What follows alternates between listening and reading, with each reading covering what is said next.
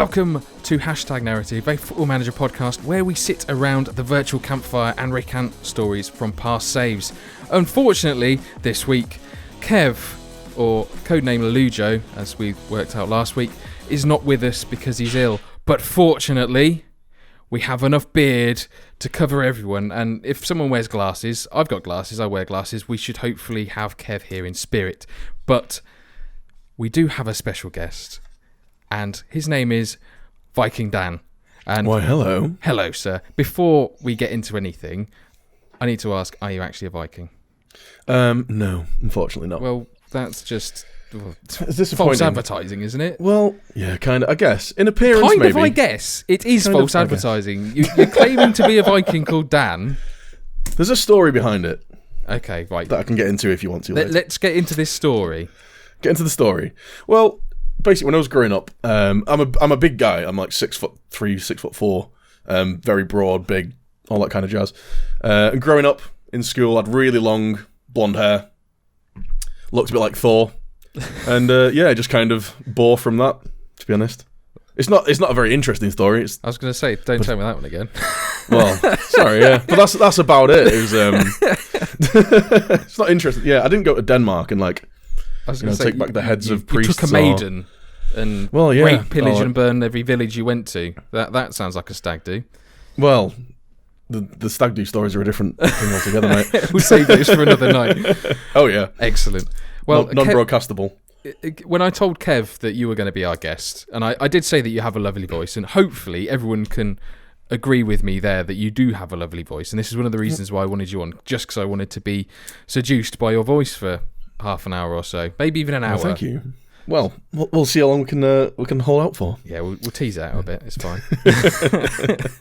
But when I posed your name to Kev, all he said is, all I've heard, there is a Viking who wears a wig.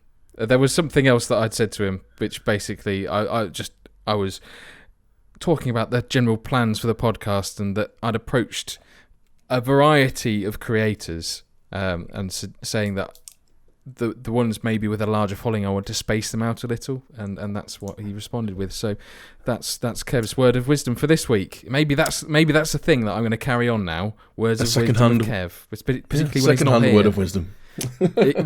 Maybe it's the thing that I'll just introduce when he's not here, and then I'm putting words in his mouth, basically.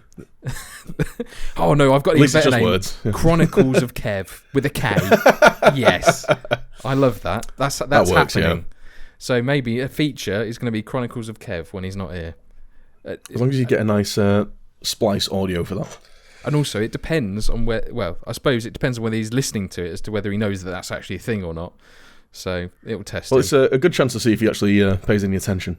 There is that. Right, I've lost my lineup. I can't even talk today. That's not useful for a podcast, is it?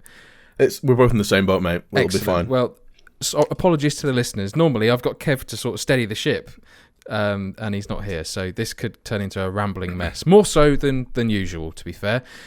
Anyway, as we have the pleasure of Dan, let's ask him about his Football Manager career. When did Football Manager first captivate your attention, Dan? What was the first game you ever played? The first one, it'll be 2000, 2001 possibly. Might even be a little bit earlier. I just remember when I was in school, one of my best friends, his older brother had a copy of it, and I remember watching him play that.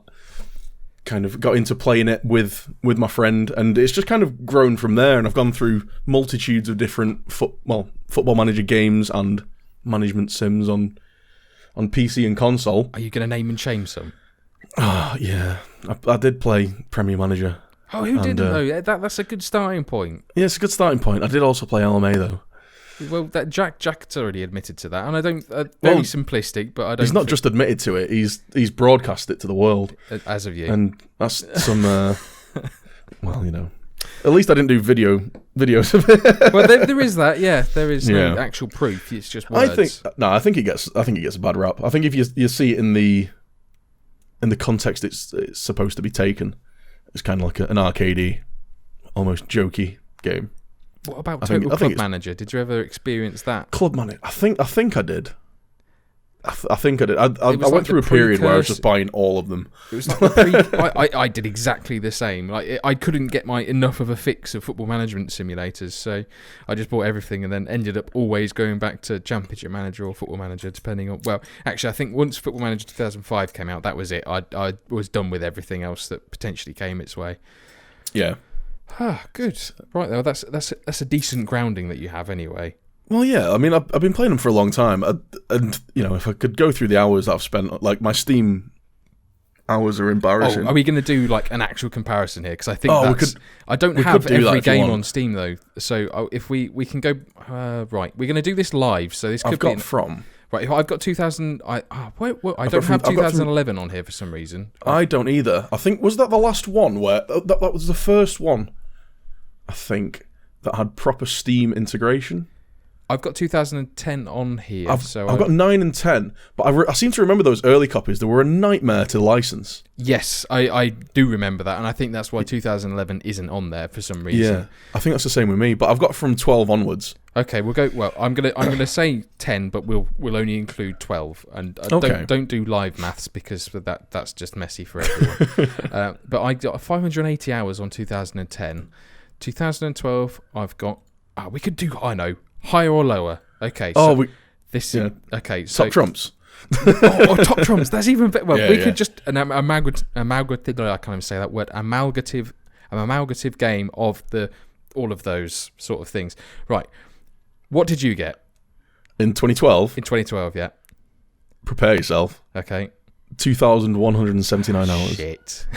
I lost the one I thought I was going to win, and now I'm knackered. 1,495 hours I had on that one. Although that perhaps doesn't include the hours offline. I'm not sure how that Steam includes those. 2013. Are you going higher or lower? I'm going. For me, I know I've got. For you, I'm going to go lower. Lower, 2,483 hours. I must put a point on this. Some of this is I did a lot of future simming. Oh, that's cheating. You can't include that in it. But I do one per kind of update. So I do one at the start of the game and one at the January update. So I do like a 10-year save. But it's not that. I don't think it accumulates to that many hours. But still, I mean, it's a lot of hours. It's on my CV, like, so. I'm going to stop this game now because I think I'm losing quite well, a lot. I mean, they do the tail off now, like, so I don't do the future saves as much anymore. Okay, so what did you get for 14? 14, it was half of that, so it was 1,392. Fuck's sake, you beat me. 683 hours in 2014. Never underestimate how much of a loser I am. Then 2015, I didn't even realise how little I played 2015. 129 hours. Is that it? That's wow. all I played FM 2015. 2015, I got 1,099 hours, and I'm fairly certain that's all gameplay, like just all me actually doing it, because 2015 is the one, the version that I started streaming on. And I didn't really play that much off stream because I was streaming 30 hours a week like a lunatic. Yeah, I think. I mean, I from a recording perspective, I think playing little and often is very good. Like I'll only play the advanced to save enough for the next recording lump, and that's it. And then I obviously only play when I record, and I think that keeps the game quite fresh. If you do too much, I think you can get burnout from it because from first-hand experience, burnout is a very real thing. So I didn't stream a single minute of 2016. I basically had to take a year off. What's your playtime on that? That, again, I got back into the kind of simming thing. I think on 16, I did a fair few of the sims, so that's like 1,400 hours. Oh, for goodness sake. Bearing in mind, I recorded an entire series with it. I got 1,033 hours. It's a respectable number. And what about 2017 so far? 2017 so far, this is majoritarily. I think I've streamed pretty much all of it. 382 hours. Oh, we're close. We're really close. 378. This is like within 4 of each other. So yeah, that's pretty fine. close. Yeah, I'll leave it on overnight. You dare do one of those sims, and I'll go into Manchester to find you. Right, we've rambled enough about that useless game where I lost every single round. So I'm going to edit it and make it seem like I won. I'm going to be like North Korea. 17 hole-in-ones. Completely irrelevant. Yep. Okay, so that neatly leads us on to what has been your most favoritist, and that is a word. I'm not having anyone dispute that. Good. Glad no one disputes it. I'll agree with you. What is your most favoritist save ever, and why? It's a tough one. I mean, with saves, I kind of go with the flow. I don't have that many memories of the old ones. I'm a very in-the-moment gamer. So when I start a new save, I kind of get really involved in that, and then next time I do it again. But I've got a few from recent games that do stick in the memory. In FM12, I'm sure it was 12, it was when Huddersfield were down in League One, and they had a very young Jordan Rhodes. Oh, don't talk to me. Yeah. It's I'll tell you what. I'll tell you something else about it. But yeah, I'm sure it was FM12. I managed to get them up to the Premier League, get them in the Champions League. Never won the Champions League, but won the title. It was about 15 years or something with them. But one of my first actions as Huddersfield manager was to sell Jordan Rhodes. So for massive money. For massive money. In League One, yeah. I think it was about 12 million or something. Because this would have been when he still had like decent pace. Yeah, he wasn't quick enough for me. I was all about counter-attacking 4-3-3. Like that was my tactic round. Pace rate. Total pace rate. Yeah. And I think he had 14 and 14, I think. I was like, that sounds about right. And then his finishing's incredible, but yeah, that's about it. But yeah, if you can't blaze past someone like Usain Bolt, I don't care. So I sold him 12 million, and I probably brought in some completely. I don't even remember the players of that save. I do remember though, the Smithies, Alex Smithies. Oh. He turned into an absolute wonder, like one of the best English goalkeepers in the game in that series. I think at that point, I used to sign him on every single save that I was in England. If I was in England, and usually he used to get released on a free because he wouldn't sign a contract at Huddersfield if you didn't get far enough quickly enough, and so you could sign on a free sometimes. But I still kind of check him out to this day. I'll still go and look at him. He's done really well for me in the past. And obviously, the older he gets, and the less he improves in real life, the lower his current ability is, and it's just kind of a bit heartbreaking. It is. I made you amazing. It is one of the most soul-destroying things about Football Manager, I think. And like nostalgia is a very powerful thing for like in every walk of life, but.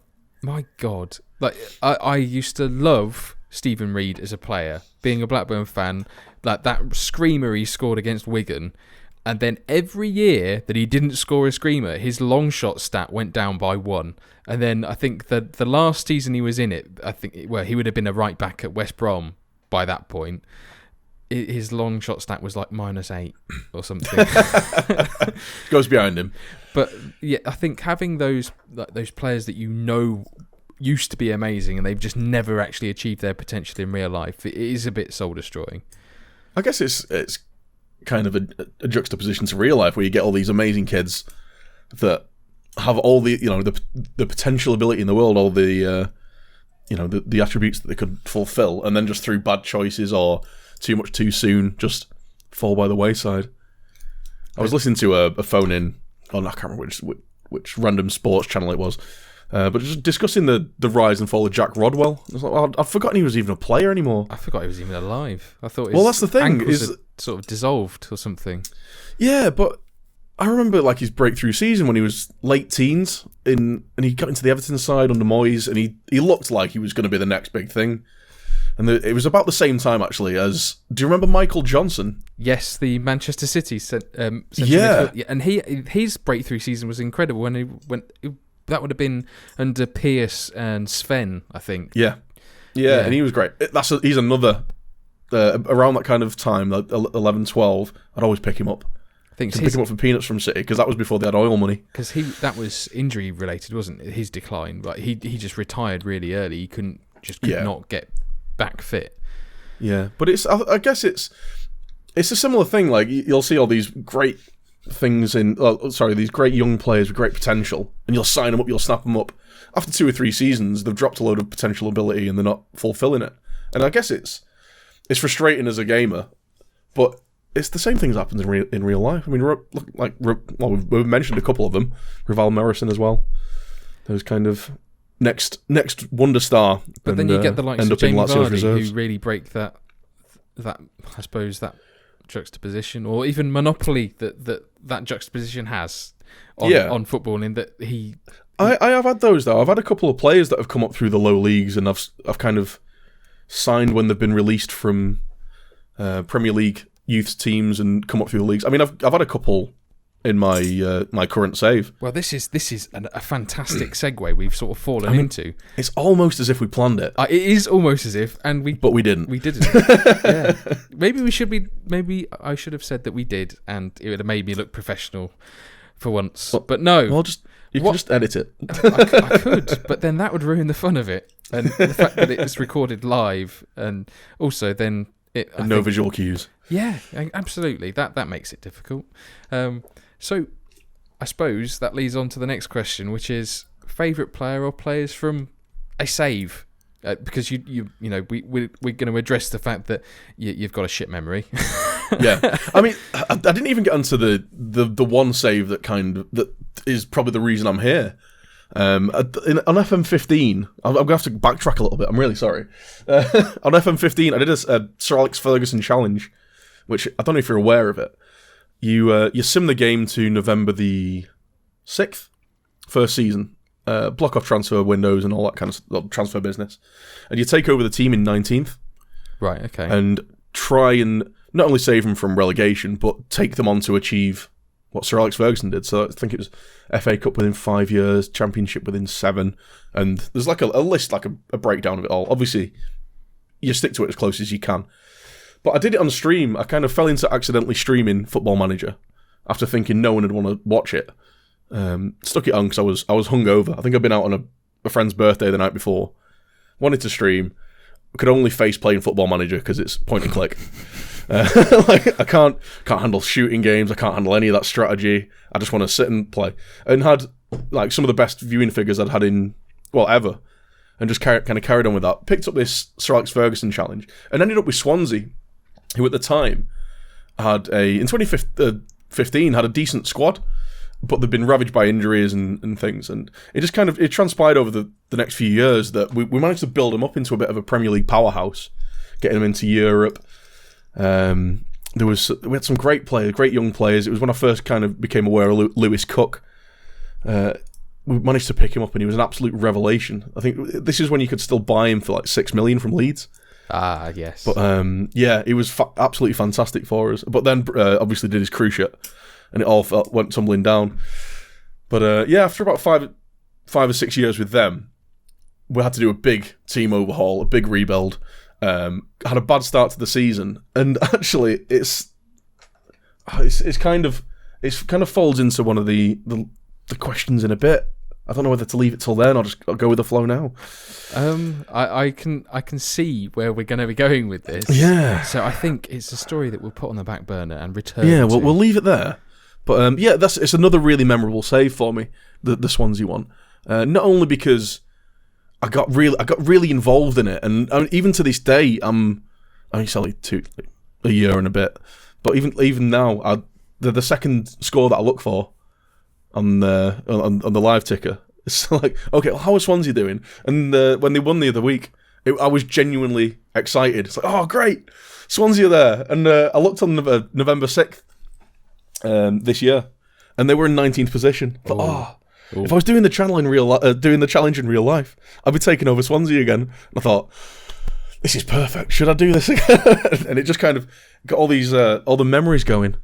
But yeah, that was a really good save. Not just because I enjoyed it, but I think it more because it built the channel, the Twitch channel that I was on at the time. Because we went from 10, 15 viewers up to 150 plus most streams, and it was that's a really in a short period of time as well. It really helped build the channel and be what it is today. So that's a really good memorable save. And without plugging it, the save this year that I'm doing, the Stockport lower league save, is some of the best fun I've had on Football Manager, and some of the worst heartbreak and frustration and anger and elation. And I've been following it from a distance because I suppose I should have done this in the introduction, really, but I kind of accidentally came across you through, I think, in all honesty, because... Well, I hope you cleaned up after yourself. I did. Tissues were at the ready, so I caught everything. Nothing's messy, and it's fine. Disinfectant was used. Afterwards, cover the dry cleaning bill. Burn. Yeah. I think you happened to have tweeted Benji at the same time, friend of the show. I could say that, but again, test if he's listening, because if he's a good guy. Yeah, he is. He's a good guy. He's a lovely man. Beautiful man. In fact, he's got a very nice voice like you have. So you're very much in that same camp. He's got a very calming voice. He has, particularly on stream. Yeah, yes. When he's not hyped up and on coffee or Red Bull or something. When he's not screaming at Leicester players. We'll get back to my story. Oh, sorry. I'm sorry. I will it's warn you. It's about you. You want to be talking about you, not Ben. Yeah, Jesus. I'm sorry. I'm the worst. I just get sidetracked. Yeah. You are like a supply teacher. Oh yeah. Easily led. Yeah. Easily led and kind of pointless. No offense to any supply teachers out there. Just kind of pointless. You heard it here first. Well, yeah. Dan is rather against the education system as it currently is. Oh yeah. All my family are teachers. I hate it.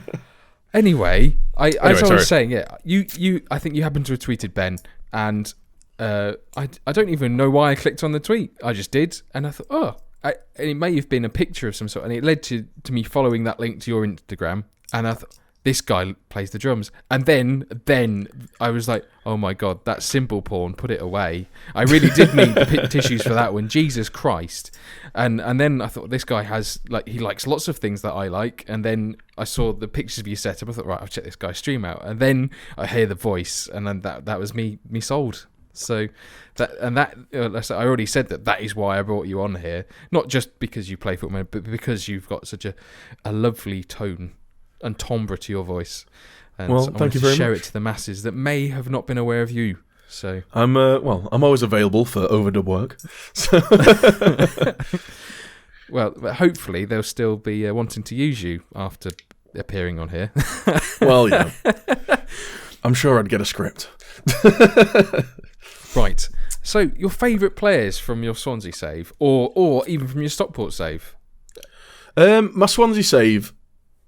I mean, he can't really go past Gylfi. To be honest, he's just a goal-scoring midfielder. He's a talisman. He was just such a central figure for that team for pretty much the whole save up until the last year. Just great player. Wherever you played him in that kind of attacking playmaker role, whether it was in centre mid or further up or even out wide, he just always played well, and he was just the centre figure of the team. He did in the end pretty much cost me my job though. So he's a bit of a bastard. Yeah, he's a bit of a bastard. But yeah, it was nice. We had some hashtags we're getting thrown about. We had filthy Gylfi hashtags and I love that. That rhyming is filthy. Hashtag filthy Gylfi. Yeah, it was just the free kicks. He'd just score the most ludicrous free kicks. Top bins from 40 yards out. It's just if I was losing a game or drawing a game, we need a last minute winner, and we had a free kick anywhere near their box. It's like, all right, well, we've won. It's like, I'm so glad you said free kick before box then, because I'd have been in there. Oh, that's even dirtier than I thought it was going to sound. Straight into the box. But yeah, it was almost kind of Payet levels last year. It just everything he hit seemed to go in the top corner. I love that hashtag. I want to sign it myself just so I can steal it. Well, that's the thing is I really want to do I actually on the beta this year I did a Swansea save, and the hashtag straight first goal he scores, all the old school viewers hashtag filthy Gylfi.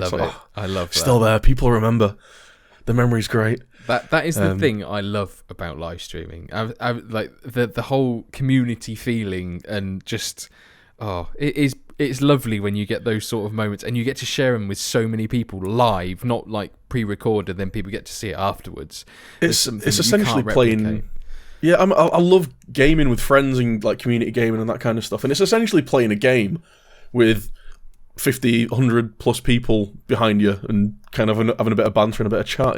It's really good fun. But yeah, and that Swansea save. So he was great. Fabianski started out great and then quickly got renamed Flappy Hansky and was swiftly shown the exit door. Yeah. Quickly shown the exit door. He just had a habit. I think he scored the most ridiculous. It wasn't an own goal, but I think I was playing him as a sweeper keeper, and he came running out to clear a ball, and he had acres of space to hammer it to any wing, anywhere, and he kicked it directly into the face of the oncoming striker. Went straight past him in the net. This sounds straight down to the under 23s. Football Manager 2017 pre-patch that just came out yesterday. Yeah, it's been a horrible return to form for keepers.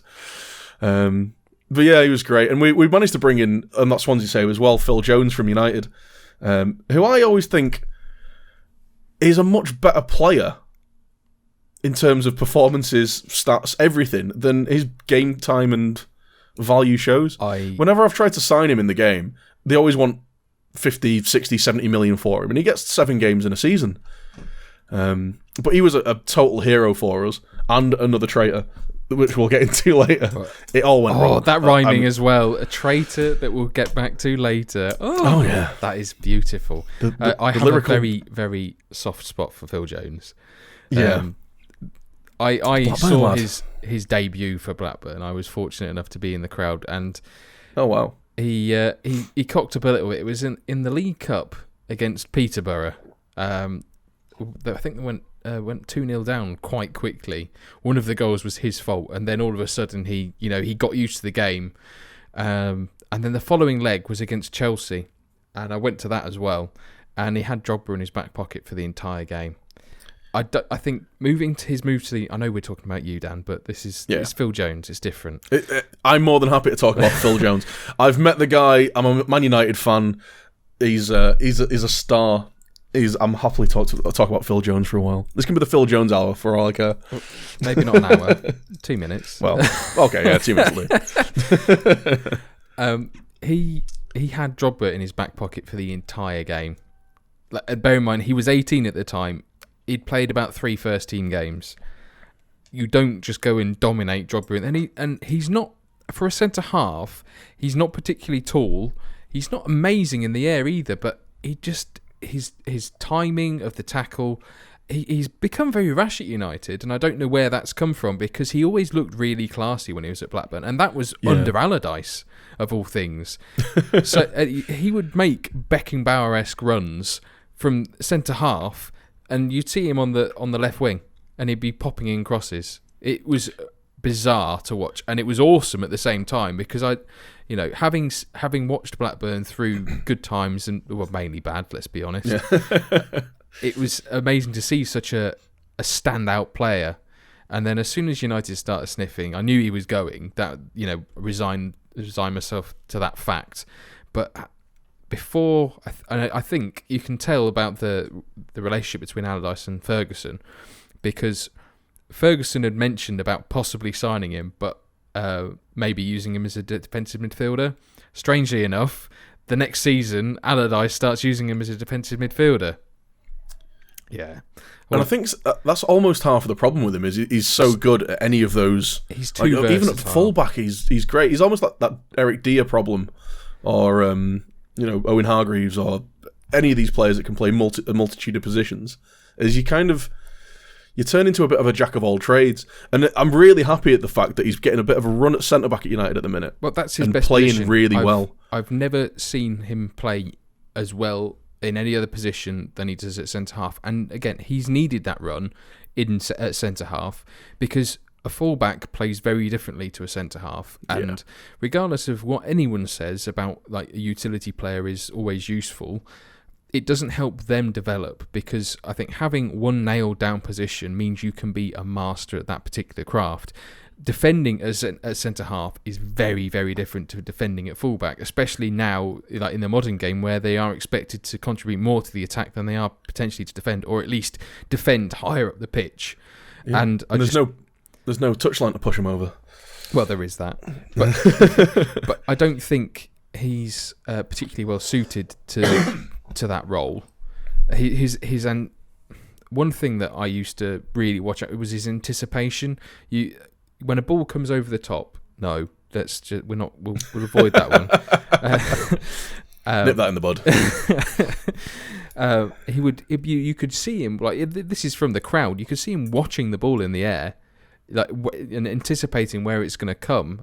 Oh dear, I didn't even mean to do that. Oh dear.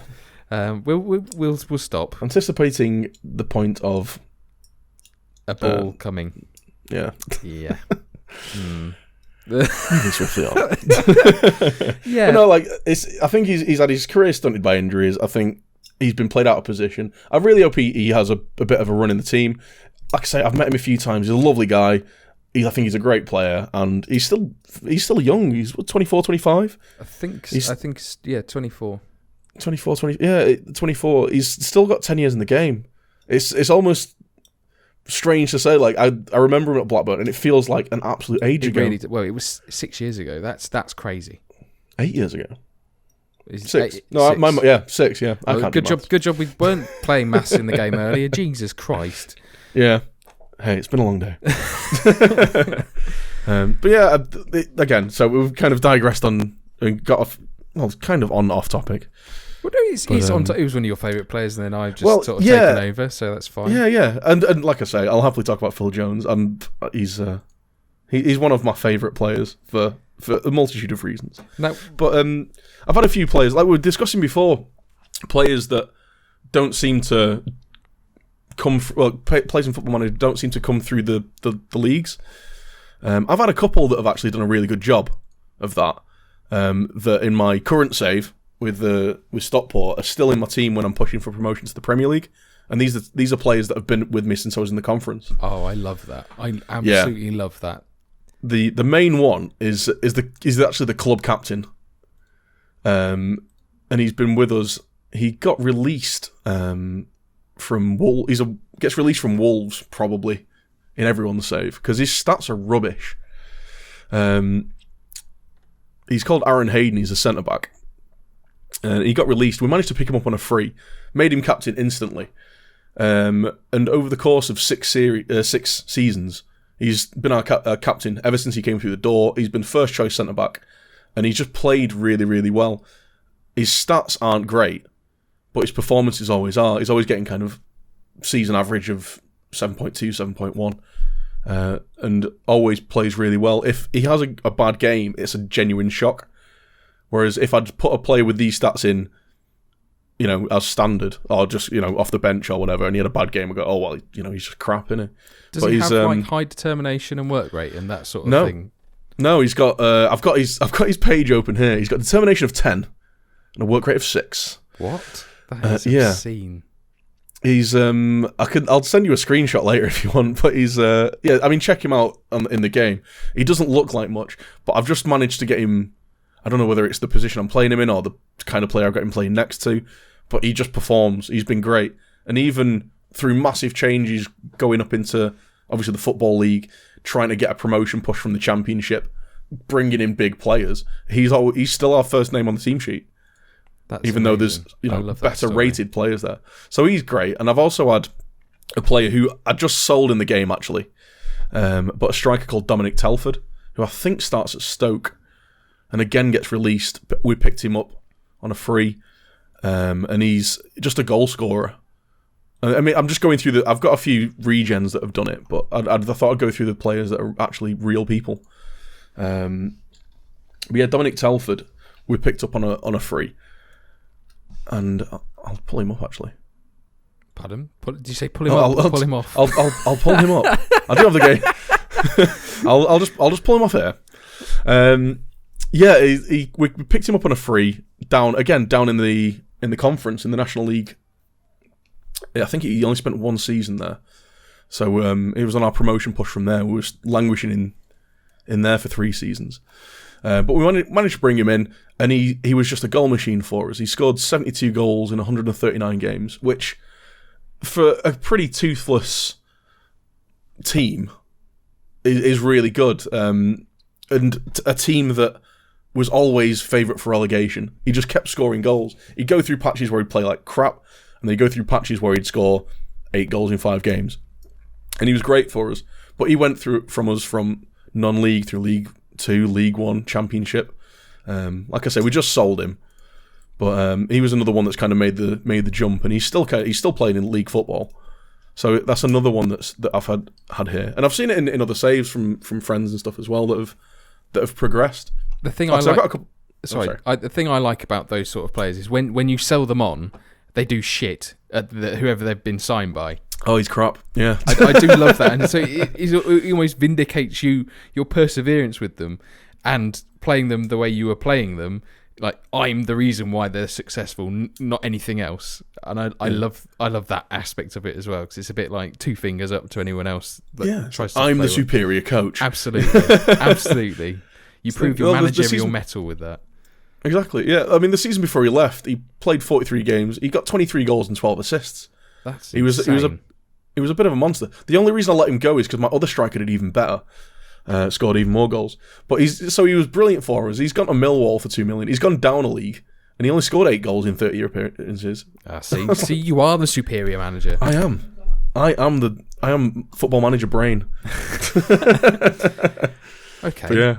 There's those guys, and we've had a couple of regens as well, but I won't go into those as much because obviously that's not in the game. If you send me the screenshots or upload the screenshots somewhere, I'll whack them in the description of it so people can see who we're talking about, because then it makes it relevant.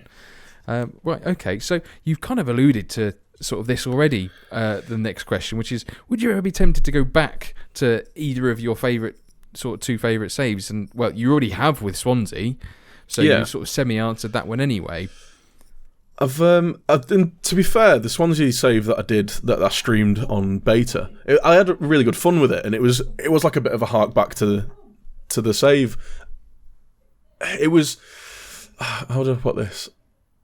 It's almost like I'm trying to judge myself against what I did then, and as such, I don't know if I enjoyed it as much. It's like, oh well, by this point, then we were doing this or that. I completely get that. I understand that. My return to the Rovers save was one of my most favourite saves was. We were talking before we started recording about this particular Blackburn save that I had on Championship Manager 01-02, and the thing is, I think because more than 10 years had passed since I was playing effectively the same save, it was the universes that I was playing in were entirely different. I mentioned on the pod last week that I had Alan Shearer still playing at front at the age of 43, scoring in a Champions League final. So is that before physical attributes started to basically, decline in the FM world? So it was at a point where they didn't really matter.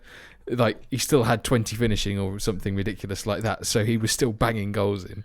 To be fair, though, he'd probably still do a job today. I think he would. Maybe at centre half, just elbowing people. Yeah. As long as it's not Neil Lennon playing the opposition, you'll be fine. It makes Fellaini look like a puppy. A puppy with no hair. Yeah, obviously, the hair comparison is quite stark. But, oh yeah. Okay, so that is that one answered, and then I suppose the final question really is a very sour note to end on. And again, it's one we've sort of touched on, and it's a story that we're going to return to. Have you ever been sacked? I have. I've had a few sackings, none which hurt and took me by as much surprise as when I got sacked from Swansea in that fabled save in FM15. As I said before, we'd spent about I can't remember exactly how long we'd been there, but 6 or 7 years. We'd got into Europe, and I think it was our first Champions League season. We needed a massive restructure, because obviously there's a lot more games, and there was just a big step up in quality that we weren't ready for. So I brought in a lot of new players and kind of restructured the front line. Quite a few players had gone, because there was a bit of an uprising. I wouldn't let a couple of players leave who seemed to be a lot more important. Yeah, well, they were saying that they want. It was one of those really horrible FM moments when a player said they wanted to leave for Champions League football at the start of a season. You get Champions League football, and then they complain that they can't leave, or that you're not letting them leave. And it was just one of those horrible things, and it got out of control. It happened. Gylfi Sigurdsson, for 2 or 3 years, I've kind of placated with strengthening or kind of higher league positions or getting the Champions League, and he fell into that along with Phil Jones, and they were my captain and vice captain. So the whole dressing room just fell apart. I think we started the season with 2 draws and 6 losses, and as I came out of a couple of games that I'd actually won, and I think we were away and we won 3-0 in the Premier League. I thought, right, this is where it all turns around. This is great. Everything's starting to click. The formation's working. The players look like they know what they're doing. And as I was reading chat and responding to chat, all I could see was, oh my God, what the... And it's like, look at the screen. And I turn around, and I'd not even noticed, but that everyone knows that feeling. Everyone gets the same feeling. When you look at the news screen and something's not quite right, and you just think, the colours have changed. See, I wouldn't know this because I've only been sacked once, and it was before that sort of thing happened. But it's well, it's a good job Kev isn't here because well, I suppose you've got things in common, haven't you? Really? Well, yeah, we've all been sacked from. But it was just the most galling thing about it is, I'm pretty sure, like the end of the season before, we were in an untouchable position. We signed a new contract. But yeah, it's just an awful start to the season. We'd lost the dressing room in the pre-season, and yeah, it was just heartbreaking. And I'd legitimately fell out with the game a little bit, and it kind of ended up in me taking a bit of a break from it. I think I got way too emotionally invested in that save, and it's it's tough. And I think that's part of the reason, going back to would you go back to an old save, is why I liken it to getting back with an ex. I can see that. No, I can. It sounds like a great idea at the time. You think, I remember this. Remember all the good times. Remember all the fun we had. Remember that when we did this and that. It's like, oh yeah, it's great. Let's try it again. We can pick up where we left off. It'll all be the same. It'll all be good again. And then she says that your knob's a lot smaller than I remember it being. Well, your tits are saggier than they used to be. Yeah. and then bad idea. Yeah, and it's just... I mean, it's not that when I went back to Swansea, it was a bad thing. It was like I still had fun, but it didn't have the same zing. It didn't have the same... knob? It didn't mean the same. Yeah. It didn't have the same arse anymore. Oh, dear. It's just... Yeah, you've let yourself go. Yeah. What's happening here? Boy, your baston. Who the hell is he? Like, oh God, yeah. I left you with Maicon, who was some Brazilian. Was it Maicon? Some Brazilian. I had like a full Brazilian front line with him. We weren't full Brazilian. Come back and it's just a hairy muff. I was wondering where you were going there. Oh dear, I know where he's going now. Yeah. Where's this going? Oh my God. Pubic I can't hair. be trusted. Excellent. Right, well, I think now would be a better time than ever to round this off. But before we go, it would be rude not to let me plug your stuff. So where can people find you if they want to? I hope you brought the required lube. Oh dear. Oh dear. So where can people find you, Dan? Well, as always, you can find me on the social media platforms. I'm on Twitter. I'm on Instagram. I think I'm on going to have to Facebook. ban that term. Social media platforms. The social media platforms. But yeah, they're all just at VikingDan TV. If you want to watch my content, I'm mainly a Twitch streamer. So you can find it at just twitch.tv/VikingDan. I'm there most nights. I do 4 or 5 nights a week for hours at a time. So you can catch me there most times. Drop in, say hi. It's a good community. It's a good feeling chat. It's pretty chilled. There's not as much... Oh no, there is quite a lot of innuendo. And a lot of stress, a lot of swearing. There's never enough innuendo. There's never enough in my endo. Indeed. Indeed. That's why you bring the you lube. can find me there. But I have recently ventured into the world of YouTube videos a little bit. It's not so much doing the kind of thing that you do and doing saves over YouTube. It's more kind of a post-season wrap-up and a pre-season preview, just to keep people in the loop if they can't make it to stream. So you can find me on, again, YouTube / VikingDan TV there. I'll put the links in the description so people can find it. That would be lovely. Yes. Yes. Right. Well, I'm going to thank everyone for their time, for listening. I'll thank Dan for his time. If you've enjoyed this episode of #Narrative, then please tickle the like button. And if you're new to the channel, please subscribe. Why don't you share it as well to people that haven't heard it? You know, like-minded folk will probably maybe want to listen to this, hopefully. And whilst you're around my channel, my name's Matt, by the way. I should probably introduce myself at the start of this. Haven't done in either episode so far, so that's going well. But you can snoop around my channel and find the current save, which is my Recreativo Rejuvenation, and maybe you'll enjoy that as well. But anyway... Which numero are you on now? Numero 20. I don't know what that is in Spanish. That's why I stopped it, because I've surpassed my ability in Spanish now. So yeah, number 20. Next one, 21. But actually saying that, we're recording this before I record the next episode. So the next episode will be out before this podcast. So we'll be on 21 when this comes out. Good job I thought of that one. Screwed myself over. My brain. But anyway, it's goodbye from Dan. Goodbye. And it's goodbye from me. No goodbye from Kev, because he's not here, bastard. Anyway. Slacker. Slacker indeed. Hope you feel better soon, Kev. And I'll see everyone soon. Adios.